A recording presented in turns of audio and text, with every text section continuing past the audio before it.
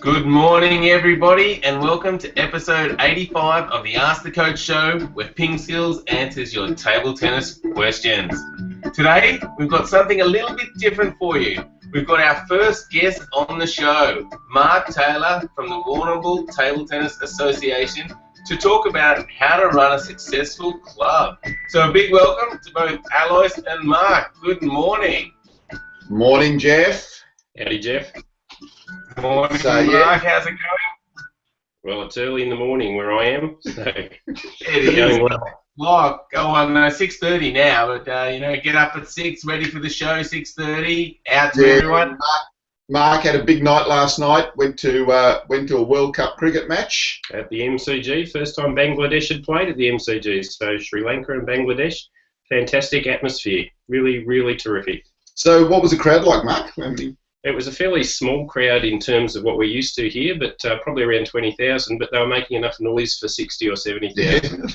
Yeah, they tend to get a good atmosphere going, those matches. So, very interesting. And Sri Lanka were the winners. Sri Lanka were the winners, a couple of century makers there. So they piled on too many runs, but Bangladesh batted really well. Okay, very good. Yeah, so yeah, as we've talked about, lots of sport on in Australia over the summer. The summer just finishing up, but yeah, always something to do.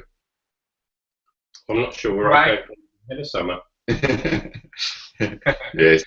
So Mark is from Warrnambool. So Warrnambool's about 2.5 to 3 hours from Melbourne. And Mark has been president of the Warrnambool Table Tennis Club down there. But also, interestingly, he works for the Southwest Sport, which is an organisation, and he is the club development officer down there, Mark. So interesting. We've been having lots of discussions about what makes a club successful, and I think it's a really big question because there's so many different aspects to a club. So from your experiences, Mark, what sort of things do you think? And not only from table tennis clubs, so we can start to look at different clubs and just see what is successful for them as well. Well, I think the first thing I should say is most of the clubs around here are run by volunteers. Yep. So the first thing is, have you got enough volunteers in your club? Yep. So attracting and retaining volunteers is very important. Mm-hmm. And unfortunately, when you go to a club, it's not just about playing that sport.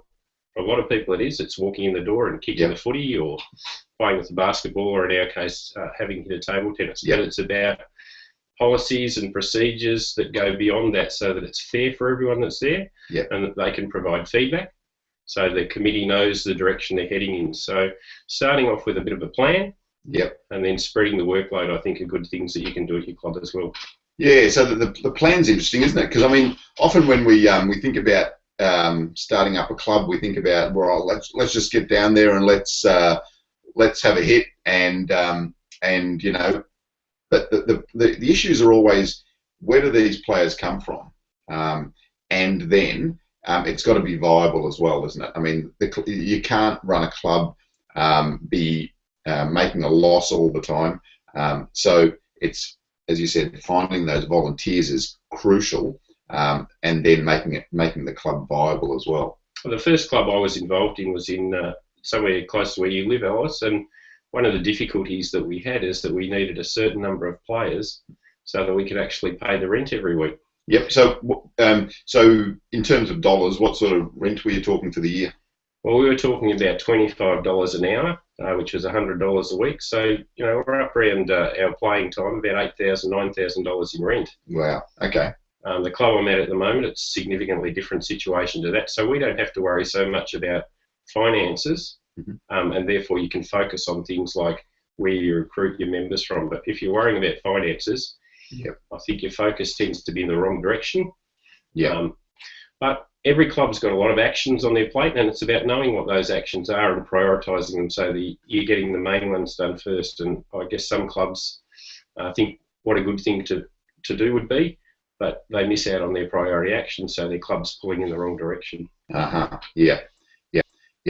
And what about recruiting players? What have you found has been successful, maybe at Warrnambool Table Tennis, but also at other clubs? well, partnerships are the big thing in Australia now, because our national sporting bodies are into active after schools and getting clubs involved with schools. So I think for one, it's partnerships, and it doesn't matter whether that might be an aged care home, because everyone loves playing table tennis. It's a great game that you can play until you can't volunteer anymore. So partnerships with different organisations, showing people that you've got in your club the ability to give them what it is that they want, whether it's a competition or whether it's social or whether it's beginners, and a pathway. So if they want to go to play in the Olympics, your club can provide that first step. I think that's a really that's really interesting, having that pathway. And how do you incorporate the volunteering aspect in that, or do you try and turn players into volunteers, or do you try and recruit volunteers separately? Well, I think in a lot of the clubs, Jeff, we are turning players into volunteers, and table tennis is an interesting beast because you can play until you're any age, whereas some organisations, footy clubs, you retire at 35 and then you stay around the club. So you've got to do both, I think. You've got to find people that want to volunteer and help you out in your club, and you've also got to get your players to pitch in where they can. So it might be being on a match committee so that your volunteer load is spread.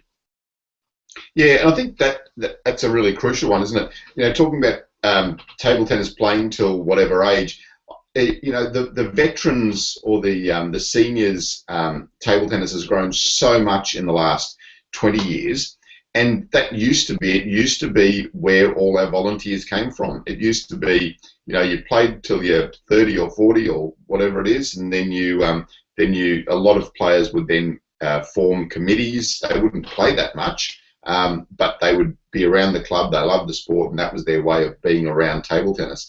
Now, with the veterans movement, which is absolutely fantastic, that players are still playing 60, 70, 80, 90, but that is an issue that has developed, and I don't think we've really coped with that well. The other thing that I'm involved in down in the southwest is the Academy of Sport, and one of the things that we're writing into the contracts of the Academy athletes is that they put back into the community. Okay. So we're trying to get from an early age the idea that there's lots of people contributing to your development, and you need to put back into your clubs and into your community, so that you get from an early age that responsibility to help out. Yeah, that's interesting too. Excellent. Yeah, I think that makes a good point, because I guess part of being a successful club is you putting back into that club. Yeah. So I think Dita mentioned though that it's also finding just a group of enthusiastic enough people that actually want to help, because if you're always trying to force people to help, then it's always a struggle. So you know, it's finding that right group of people that are happy to be there. That's part of their social atmosphere. That's what they do, and I think, you know, that if you can find that sort of group of people, then you're really on a winner. Just touching on again, we talked a little bit about just the different aspects of table tennis. So we talked about, you know, the pathway, but also just having a clear area for players that don't want to follow a pathway or become the best in the state or become the best in their club, or they purely just want to enjoy the sport, just go down there, have a hit, and maybe enjoy the social side of things. I think that's really crucial as well. You know, I think some clubs miss out on a whole heap of social players because they're totally focused on the elite, and perhaps the reverse is true as well. Some clubs miss out on the development of their players because they're totally focused on the social aspect. Not an easy thing to combine or to do, but I think it's something that, you know, we need to be aware of. You know, don't miss out on a whole group of table tennis players because you're too narrowly focused. Yeah, indeed. That sounds good. Now, Mark, I know there's a whole lot of things you need to do when starting a club, but are there any like top tips that are, you know, the most important things to do if someone's trying to start a club from scratch? Well, I guess getting that enthusiastic and passionate group of people together is a good start. So a club is not one person's vision. It might start off that way as one person's vision, but one person can't do it all. So it's getting a group of people together, and where we are forming a committee. And if you form a committee, there's some elements of planning and sharing the workload. So there's lots of things that you've got to do when you start a club, like find a venue and recruit members. And one person is going to have difficulty doing that. So advertising, finding links to other like-minded people, getting on Facebook, advertising what you're going to do. So there's lots of ways you can share your message these days. And I'd say sharing your message and getting the word out there that you want to do something. And in Australia or in Victoria, there's organisations like ours at Southwest Sport that you can go and talk to, and we have different contacts that you can come to. State sporting associations, we're divided into states here, so you can talk to your state sporting association, and there'll be other clubs that have been through exactly the situation that you're trying to go through as well. Yeah, I think that's really important. You know, there are other people out there that have been through exactly what you're trying to do. It's finding those people and trying to get their knowledge so that you're not inventing the wheel again. So the other thing is funding or grants, as we call them here, from different organisations. So where can you go with those sort of things? Well, if you've got an organisation like us around, we send out a newsletter every month that tells people about grants. And local government's a good place to start with those as well. So lots of local governments here have seed funding, where you can get a limited amount of money, but it can help you do the things that you might need to do at the start, like buy a little bit of equipment, rent your premises until you get on your feet, and obviously put some advertising around. But partnerships is a key. Yep. And so I suppose the big expenses are, as we talked about before, venue hire, but then also tables. So you know, just finding some tables that are firstly within budget, but then also tables that are appropriate to your venue. So if you have the luxury of having the tables up all the time, then you can think about buying tables that are more static, or you know, that you don't have to roll in and roll out. But I think in most club situations, the venues are such that you've got to bring the tables in, pack them down. So it's finding suitable tables that are easy to pack up, you know, that fold up easily, wheel away easily, and store easily as well. So because then when you start to need those volunteers to set up and pack up, it's not a matter of, oh, we need, you know, 10 strong people to set the hall up. It's just anyone that comes in can open up the tables and close them up and put them away. So yes, I think you know, finding the right tables is also important. And there's plenty of options out there now with tables. So there are lots of good brands. There's not one brand that's great, but there are lots of good brands. But make sure you research the things that you need from a table as well when you're setting up a club. The other thing, Steve was the guy that started all this discussion off, and he was then talking about you know, how could you also make the club financial to a level where you are thinking about employing someone. So you know, that's another whole ball game, isn't it? So I suppose with that we need to think about economies as far as the number of tables that you would need to make that happen and viable as well. That's right. We've got a couple of clubs that have recently started where I live, and they have enough participation and no real other costs.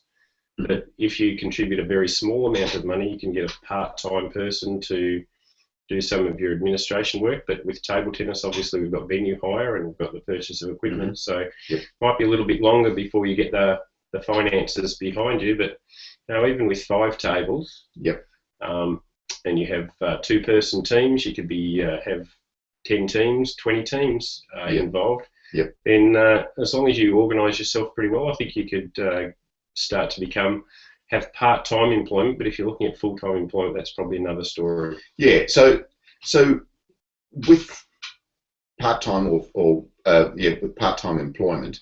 So I think another key is to be able to utilise the venue for a greater period of time. So it's not just your nightly competition or training or social thing. I think it's that daytime aspect as well, isn't it?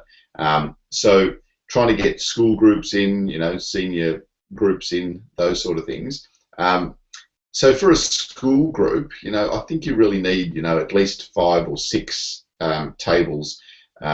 Most school classes are anywhere between 20 and 30 plus kids. So if you're going to cater for a class to come in, you really need 5 or 6 tables so that you can then offer it to schools for them to bring down classes as well. So that's a really good point. We had an exhibition day down here where our leading player, Meow Meow, came down, mm-hmm.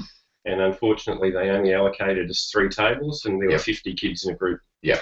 So we struggled to show them the benefits of table tennis. So that's part of your planning as well, though, and understanding how many will the schools send along.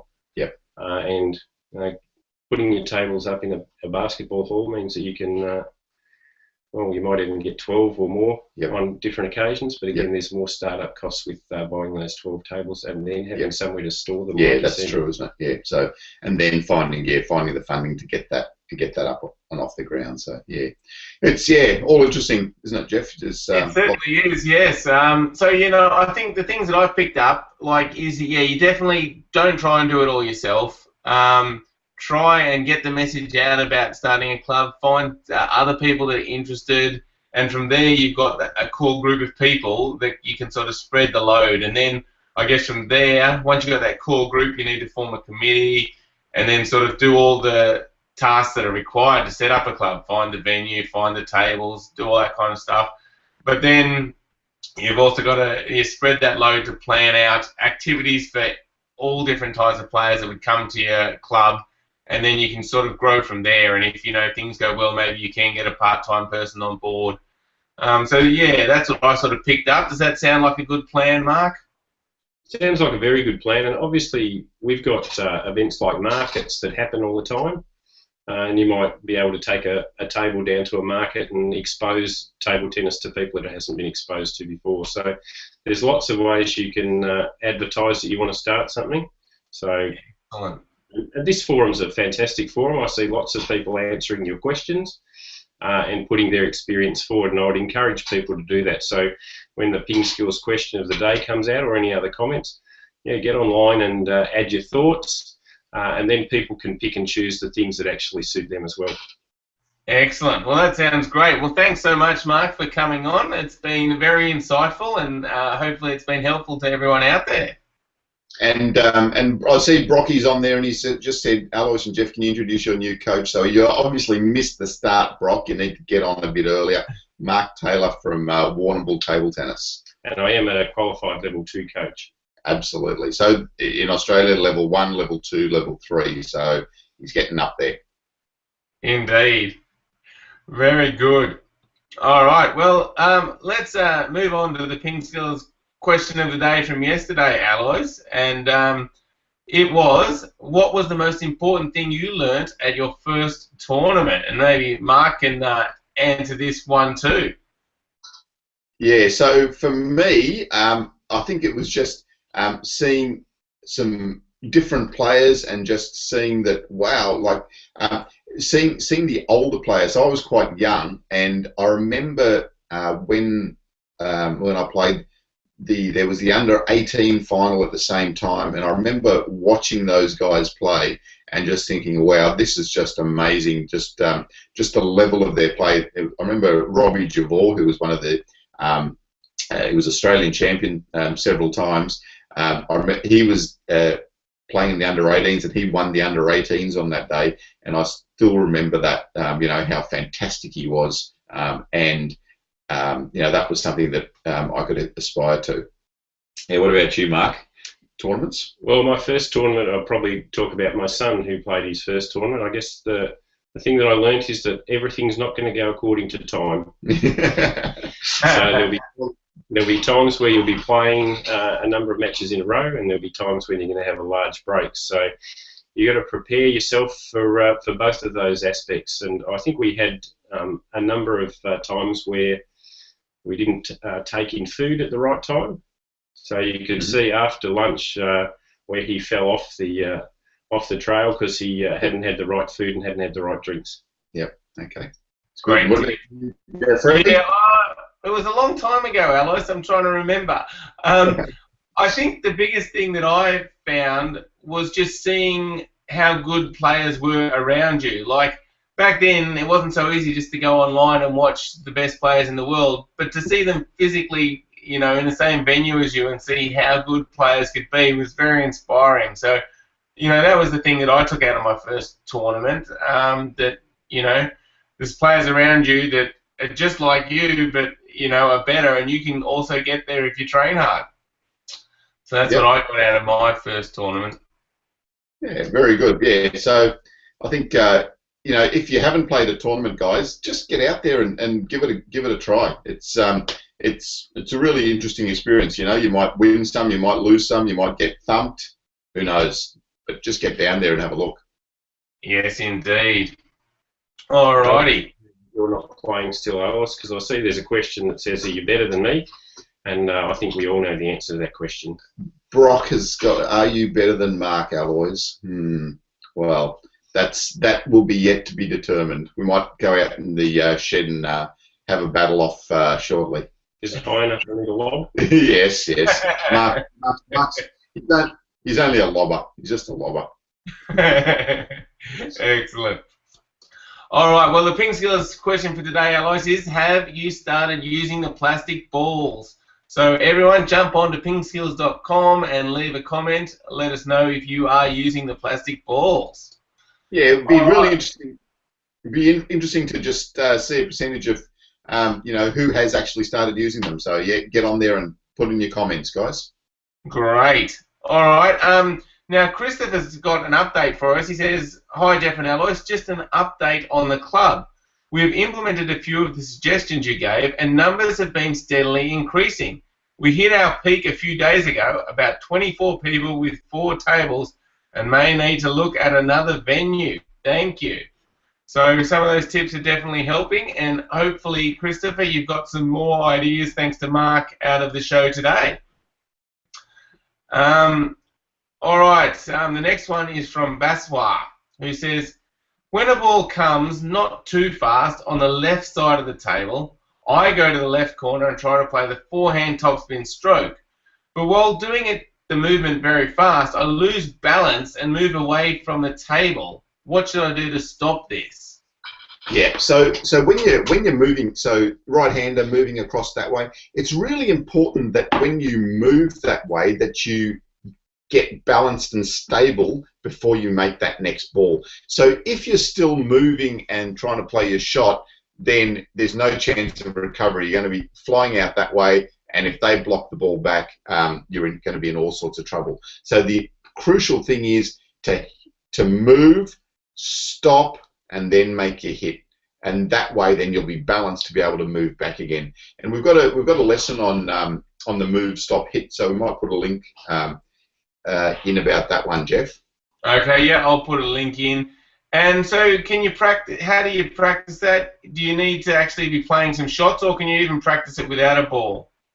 You can certainly practice it without a ball to start off with, but there's a simple footwork drill that you can do. It's called the Falkenberg drill, and that's in our training drills, where you do a backhand from the backhand corner, then you turn around and play a forehand from the backhand corner, and then you move across and play a forehand from your wide forehand side.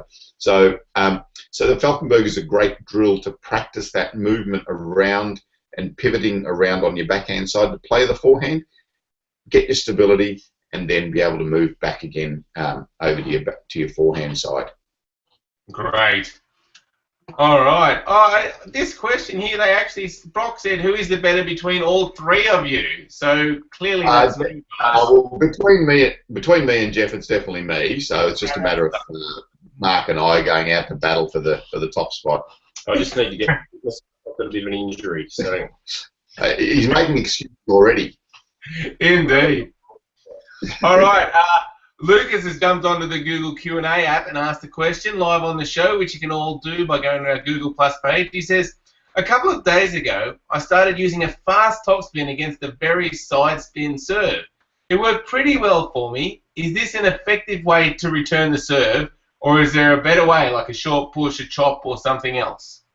Yeah, no, Lucas, I think the top spin is the best way. So if the ball's long, so if the ball's only bouncing once on the table, then top spin is usually the best way to attack it.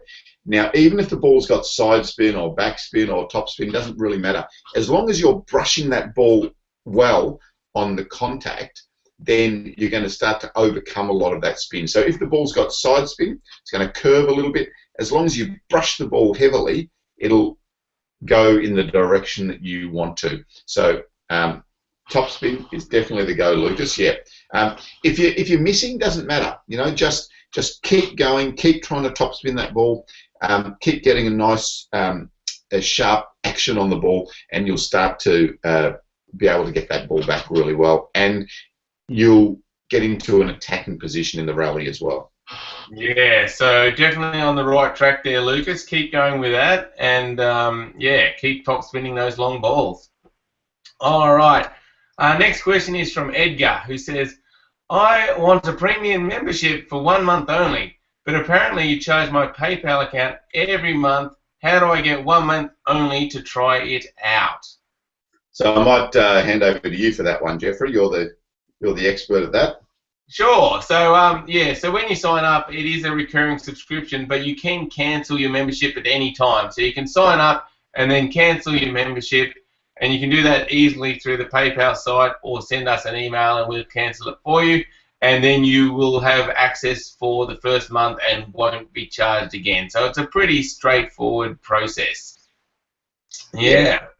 I think yeah. So and I. You know, we've got a lot of free members, but I think it's worth just getting on there and even just trialing it out for a month, because even if you sign up for a month, you can actually see all the videos for that month. So yeah, probably worth a go. Yeah, that's right. So you can see all the videos. Depending on, if you just get a monthly membership, you can download 10 to keep forever. And if you go quarterly, you get 50 per month. And if you go to yearly, you get unlimited downloads to your computer to keep forever. So thanks for the question, Edgar. Definitely give it a go. And yeah, try it out for a month, and hopefully you'll like it. I'm sure they will, Jeff. Yes, indeed. All right. Well, thanks, everyone. That wraps up episode 85 of the Ask the Coach show. Make sure you do check out PingSkills.com and sign up for our free newsletter. Big thank you to Mark Taylor for coming on and helping us out this morning. So thank you, Mark. It's always a pleasure, and I get up at 6:30 every morning to watch you guys. Good, and, just as well. I put my questions in. I'm glad. Maybe we found the real Brock. Maybe. No, I don't think so. Brock, yep, we just need to keep updated. We're hoping soon that you're going to beat this tall guy, though it does sound like he is quite a good player, so it may take some time. Alrighty, thanks everybody. Thanks, Alois and Mark. Have a great weekend, and hopefully it's full of table tennis. Thanks, Jeff. Yep, get out there. Weekend, lots of table tennis this weekend, guys. Thanks, Alois. Thanks, Jeff. Thank you. Bye.